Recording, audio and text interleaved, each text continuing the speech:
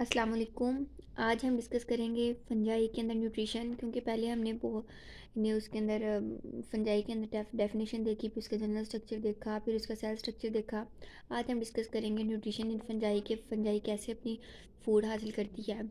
देखा जाए तो फंजाई जो है के अंदर क्लोरोफिल नहीं होता, ग्रीन पिगमेंट नहीं होता, जिसकी मदद से वो अपनी फूड तैयार कर सके। इसी वजह से हम इसको हेटरोट्रॉफ भी कहते हैं। अब ये सेप्रोफाइट्स भी हो सकती है और सिम्बायोटेंट्स भी हो सकती है। अब सेप्रोफाइट्स कैसे होगी? सेप्रोफाइट्स तब होगी, they live on a variety of, ये जो सेप्रोफाइट्स है तब होगी, they live on dead organic matter. ये डेड ऑर्गेनिक मैटर पे बेस करेगी, मतलब डेड ऑर्गेनिक मैटर से अपना फूड लेगी, ये वहाँ से ऑब्जर्व करेगी food from the substratum by sending hyphae. एक हाइफी को निकालेगी, एक फिंगर लाइक प्रोजेक्शन को निकालेगी, जिसको हम राइजोइड्स का नाम देते हैं, और ये सेप्रोफाइट्स इस तरह अपनी फूड ले लेगी। उसके बाद है, इसकी एग्जांपल क्या है, म्यूकर और आइजोपस। अब ये अब ये जो सेप्रोट्रॉफ्स हैं, ये जो सेप्रोफाइट्स हैं, ये मतलब डेड ऑर्गेनिक मैटर पे होते हैं। डेड ऑर्गेनिक मैटर कौन सा मैटर होता है? जैसे जो प्लांट और एनिमल्स के डिकम्पोजिशन से बनता है, इसको सेप्रोट्रॉफ्स कहते हैं। मतलब ये डेड ऑर्गेनिक मैटर को यूज़ करती हैं एज अ फूड। और ये फूड मैंने भी बताया कि ये एक हाइफी को सेंड करती हैं, और जिसको हम राइजोइड्स का नाम देते हैं। जैसे एग्जांपल ले लेते हैं म्यूकर की और आइजोपस की। उसके बाद आ जाती हैं कि हाइफी पैरासाइट बिहेवियर भी शो करती हैं। पैरासाइट्स का आपको पता है कि जो फंजाई है एज अ पैरासाइट कैसे करेगी एक्ट। ये ये रहती है, live on a variety of living organism, living और किसी लिविंग ऑर्गेनिज्म पर रहती है, डिपेंड होती है, वहाँ से फूड लेती है, उसी को हम होस्ट का नेम भी दे देते हैं। उसके बाद ये भी एक हाइफी के थ्रू फूड लेती है, जिसको हमने होस्टोरिया का नाम दिया। बेसिकली होस्टोरिया का पर्पस क्या होता है? होस्टोरिया का पर्पस होता है कि इसने एब्जॉर्प्शन ऑफ फूड करनी होती है। उसके बाद इसकी जो मेजर टाइप्स हैं वो 2 टाइप्स हैं, एक्टो पैरासाइट्स और एंडो पैरासाइट्स। आपको वर्ड से अंदाज़ा हो जाए, एक्टो का मतलब होता है आउटर और एंडो का मतलब होता है इनर। मतलब क्या है इसका, जो एक्टो पैरासाइट्स हैं, इनके जो माइसीलियम होंगी वो आउटसाइड द होस्ट होंगे और ऑब्जर्व करेंगे फूड बाया होस्टोरिया into the body of host. किसी बॉडी ऑफ होस्ट से वो फूड ले लेंगे। उसके बाद इसकी एग्जांपल है राइसफी है इसकी एग्जांपल। उसके बाद अगर मैं एंडोपैरासाइट्स की बात करूँ तो आपको अंदाज़ा हो रहा है, ये विद इन द होस्ट रहती है, इनसाइड द होस्ट रहती है माइसीलियम, वहाँ से फूड लेती है। उसके बाद फैकल्टेटिव पैरासाइट, फैकल्टेटिव का मतलब होता है दोगलापन, जो होस्ट में भी रह सकता है, अगर उसको होस्ट प्रोवाइड ना हो तो ये होस्ट से आउटसाइड द होस्ट भी रह सकता है। अब ये जो फैकल्टेटिव पैरासाइट्स है, मैंने बताया कि ये दोगला होता है, मतलब ये विदाउट द होस्ट भी रह सकता है और आउटसाइड द होस्ट भी रह सकता है, और ये विच कैन लिव एज सेप्रोट्रॉफ्स होता है। ठीक है। उसके बाद अगर मैं ओब्लिगेट पैरासाइट की बात करूँ, ये can not live without their host, ये होस्ट के बगैर तो रह ही नहीं सकता। उसके बाद ये जो फंजाई है, ये सिम्बायोटेंट्स के थ्रू भी, अब ये इम्पोर्टेंट तरीके से कैसे अपना न्यूट्रिशन हासिल करती है। अब ये जो सब कुछ फंजाइज होती हैं वो एसोसिएशन बना लेती हैं किसी दूसरे ऑर्गेनिज्म के साथ, जैसे म्यूचुअलिज्म बना लेती हैं। म्यूचुअलिज्म में क्या आता है, दोनों पार्टनर्स को क्या मिलता है, दोनों ऑर्गेनिज्म को क्या मिलता है, बेनिफिट मिलता है, और इस तरह दोनों फूड हासिल करती हैं। इसमें जो म्यूचुअलिज्म में या सिम्बायोट्स में कौन कौन सी एग्जाम्पल आती है, लाइकन की आती है। लाइकन क्या है, सिम्बायोटिक एसोसिएशन बना लेती है फंजाई और एल्गी के साथ। अब इन दोनों में किसको क्या फ़ायदा मिलेगा और किसको क्या मिलेगा? अब देखें, जो एलजी है वो फूड बनाती है, फूड प्रिपेयर करती है, और फंजाई क्या है, वो शेल्टर देती है। एलजी जो है वो फूड देती है फंजाई को, क्योंकि फंजाई को फूड की ज़रूरत होती है, और जो फंजाई होती है वो एलजी को शेल्टर प्रोवाइड करती है। अगर इसके बाद माइकोराइजा की बात करें, माइकोराइजा एसोसिएशन बनाती है रूट्स ऑफ हायर प्लांट्स और फंजाई के मिड में। और अब जो फंजाई है फिर से प्रोटेक्शन देगा, शेल्टर देगा। अब माइकोराइजा मैंने बताया कि जैसे कि ये एसोसिएशन है रूट ऑफ हायर प्लांट्स और फंजाई के दरमियान। अब फंजाई प्रोटेक्शन करता है और हायर प्लांट्स क्या करते हैं, फूड प्रिपेयर करते हैं और फंजाई को देते हैं, और इन रिटर्न फंजाई उनको प्रोटेक्शन देता है। हाँ, ये जो फूड वाटर और मिनरल जो है हेल्प करते हैं, ये कैसे जाते हैं, हाइफी के थ्रू जाते हैं। उसके बाद प्रीडेशियस फंजाई कौन सी होती है? अब प्रीडेशियस फंजाई क्या करती है, ये ट्रैप करती है स्मॉल एनिमल्स को। ये ट्रैप करती है छोटे छोटे एनिमल्स को, जैसे रोटीफर्स के लाइक रोटीफर्स क्या होता है, रोटीफर्स कुतरने वाले जानवर होते हैं, प्रोटोजोन्स को करती है।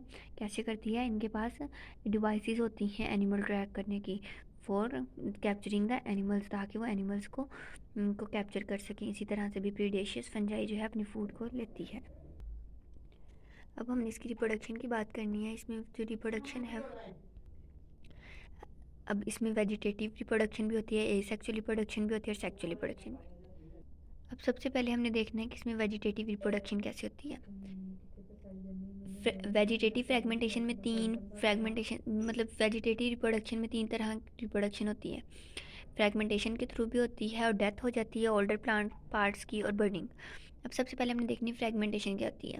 फ्रेगमेंटेशन में एक बॉडी हम माइसीलियम की अगर कट कर दें बहुत सारे पार्ट्स में, तो हर जो पार्ट होगा, हर जो हाइफी होगी, वो एक न्यू माइसीलियम में कन्वर्ट हो जाएगी, इसको कहेंगे फ्रेगमेंटेशन। अच्छा, डेथ कैसे होती है ओल्डर पार्ट्स की। सम टाइम क्या होता है कि जो पार्ट्स होते हैं फंजाई के, वो डिकम्पोज कर जाते हैं और जो रिमेनिंग पार्ट्स होते हैं वो डिवेल्प कर जाते हैं न्यू माइसीलियम में। इस तरह से जो ओल्डर पार्ट की क्या हो जाती है तो रिप्रोडक्शन। बर्डिंग के थ्रू कैसे होते हैं, स्मॉल आउटग्रोथ बन जाती है मदर सेल्स पे, वो फिर सेपरेट हो जाती है अपनी मदर से और डिवेल्प कर देती है एक न्यू इंडिविजुअल, जैसे हम यीस्ट में भी पढ़ते हैं। दूसरी तरह की जो रिप्रोडक्शन होती है वो बेसिकली एसेक्सुअल रिप्रोडक्शन होती है। वो स्पोर्स के थ्रू होती है, उसमें स्पोर्स फॉर्मेशन होती है सेक्सुअल रिप्रोडक्शन में, और ये होती कब है, फेवरेबल कंडीशन में। स्पोर्स क्या करते हैं, थिक करते हैं।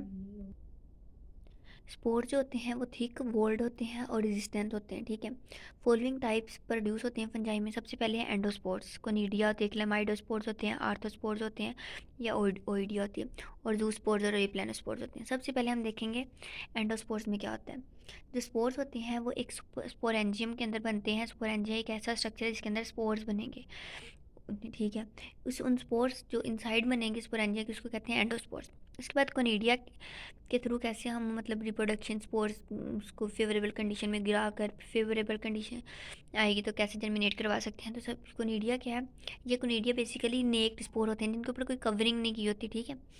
अब ये नेक्ड स्पोर क्या करते हैं, ये प्रेजेंट होते हैं स्पेशल टाइप ऑफ हाइफल पे, है हाइफल पे प्रेजेंट होते हैं, इनको कहते हैं कोनिडियोफोर्स, ठीक है। ये कोनिडियोफोर्स आप लोग इधर भी देख रहे होंगे, ये कोनिडियोफोर्स है, ये हाइफियर, इनके ऊपर ये कोनिडिया जो है वो डेवलप किए हुए हैं।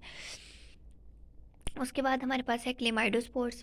क्लेमाइडोस्पोर्स में क्या होता है कि जो वेजिटेटिव सेल्स होते हैं वो थिक वॉल्ड होते हैं, उनकी जो अराउंड होती है वो थिक वॉल्ड होती है, थिक मेम्ब्रेन लगी होती है, और बिहेव करते हैं एज अ स्पोर्स, और ये ब्लैक डस्टी कलर के स्पोर्स होते हैं, ठीक है। उसके बाद है आर्थोस्पोर्स या ओइडिया। ये आर्थोस्पोर कहते हैं अगर हाइफी जो है वो ब्रेक कर जाए इंडिविजुअल सेल्स में, और अगर वो ब्रेक करके इंडिविजुअल सेल में, तो वो एक्ट करेगी एज अ स्पोर के तौर पे वो एक्ट करेगी। उसके बाद आते हैं जू स्पोर्स। जू स्पोर्स क्या होते हैं, बेसिकली मोटाइल स्पोर्स, जो मतलब एक जगह से दूसरी जगह मूव कर सकते हैं थ्रू फ्लैजिला। फ्लैजिला के थ्रू एक जगह से दूसरी जगह मूव करते हैं। ये प्रेजेंट कहाँ होते हैं, एक्वेटिक में। एक्वेटिक किसे कहते हैं, एक्वेटिक का वर्ड वाटर के लिए यूज होता है, एक्वेटिक फंजाई में जो फंजाई पानी में रहती है। अब जू स्पोर्स क्या करते हैं, ये ना रेयर होते हैं फंजाई में। अच्छा, आगे है ए प्लानोस्पोर्स। ए प्लानोस्पोर्स कौन से होते हैं, वो non motile spores, the non motile spores of aquatic fungi. Aquatic fungi में नॉन मोटाइल स्पोर्स, अगर मोटाइल होंगे तो वो जूस्पोर्स होंगे, अगर नॉन मोटाइल होंगे तो वो ए प्लानोस्पोर्स होंगे, ठीक है। अब ये है आपके सामने कोनिडियोफोर, जो मैंने जिसमें कोनिडिया स्पोर्स बने हैं जो नेक्ड स्पोर्स हैं। उसके बाद है आप लोग के पास ये है आर्थोस्पोर्स। ये आप लोग को आर्थोस्पोर्स नज़र आ जाएंगे कि हाइफिस में ब्रेक करेगी और इंडिविजुअल सेल्स में जाएगी, और हर जो इंडिविजुअल है वो एज अ स्पोर एक्ट करेगा। उसके बाद हमारे पास है ये एंडोस्पोर्स है। जैसे ये स्पोर है, इसके अंदर स्पोर्स पर प्रेजेंट हुए, फिर इसने थोड़ा जर्मिनेट किया, फिर इधर जो है इसके ऊपर प्रेशर एग्जर्ट हुआ, तो इसने क्या किया, अपनी मेम्ब्रेन को अंदर से इन्विजिनेट करना शुरू कर दिया, अंदर से मोड़ना शुरू कर दिया, इनफोल्डिंग बनानी शुरू कर दी, और फिर in the form of spores ये बाहर रिलीज हो गए, एंडोस्पोर्स। उसके बाद आ जाते हैं क्लेमाइडोस्पोर्स, जो ब्लैक डस्टी कलर के स्पोर्स होते हैं। ये वेजिटेटिव सेल इसमें थिक हो जाती है और जो ये बिहेव करता है एज अ स्पोर्स। ये टर्मिनल क्लेमाइडोस्पोर्स है और ये क्लेमाइडोस्पोर्स का स्ट्रक्चर है। ये है इसकी एसेक्सुअल रिप्रोडक्शन।